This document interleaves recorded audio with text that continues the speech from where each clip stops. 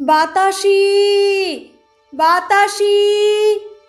লোকটা ভয়ঙ্কর চেঁচাতে চেঁচাতে গুমটির পিছন দিকে ছুটে গেল।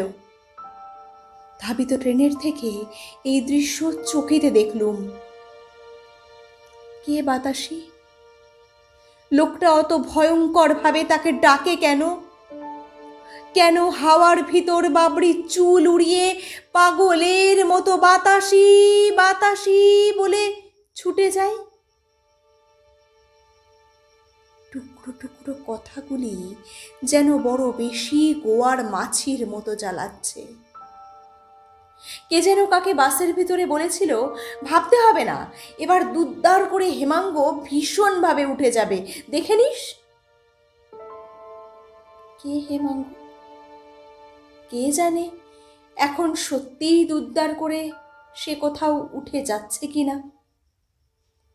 কিংবা সেই ছেলেটা যে ট্রাম স্টপে দাঁড়িয়ে পাশের মেয়েটিকে অদ্ভুত কঠিন স্বরে বলেছিল, চুপ করো, নইলে আমি সেই রকম শাস্তি দেব আবার।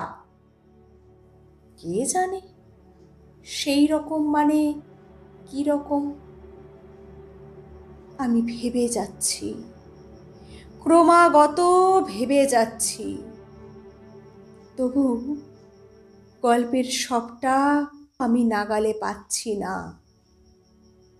গল্পের সবটা আমি নাগালে পাবো না।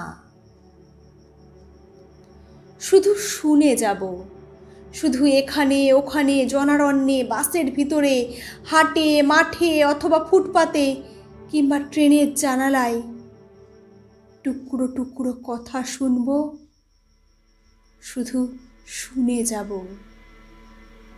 আর হঠাৎ কোনো ভুতুড়ে দুপুরে কানে বাজবে, বাতাসি,